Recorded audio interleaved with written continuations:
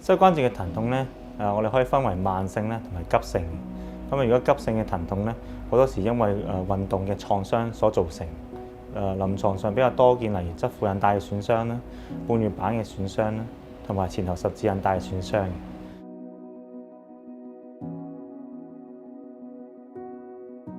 關節疼痛嘅表現咧，根據佢唔同嘅病因咧，有唔同嘅症狀嘅。例如佢如果係髕骨軟化症啦，可能會出現髕骨即係菠蘿蓋周圍嘅地方腫脹啦、疼痛啦。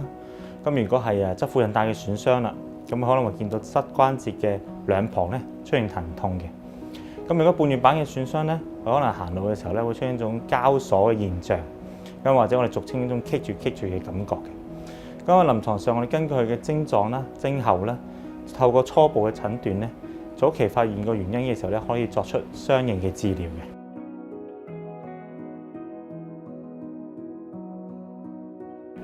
一般嘅市民咧，可以選擇喺屋企咧，喺張床上邊自我檢查嘅。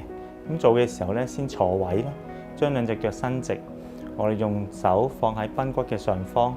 做嘅時候咧，利用手微微向下按壓，然後將個髕骨即係菠蘿蓋咧上下左右嘅活動。如果當中出現酸軟啦、響聲啦，甚至疼痛咧，咁好大機會都係有呢個問題啦。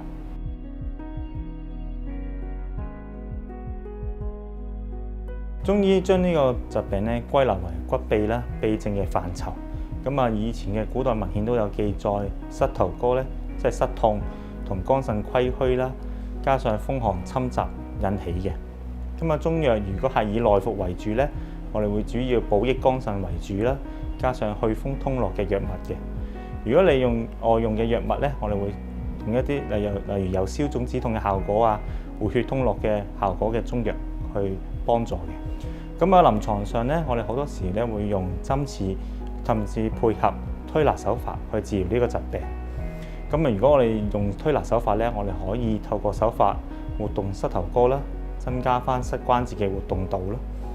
或者咧，我哋喺穴位上邊做一啲手法嘅按摩啊，或者用針刺治療喺穴位上邊做一個刺激啦，從而咧達到一個氣血通絡嘅作用嘅。透過氣血運行得好咧，有一個消炎、消腫、止痛嘅效果啦，對關節呢個活動度嘅恢復咧有促進嘅效果嘅。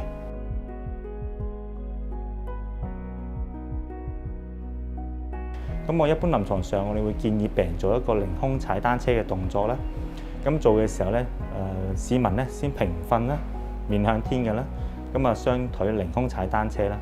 呢個動作嘅好處咧就係透過活動膝關節，亦都唔會因為有體重嘅負擔嘅，可以促進嗰個血液供應啦，對嗰個關節活動度咧又有幫助嘅。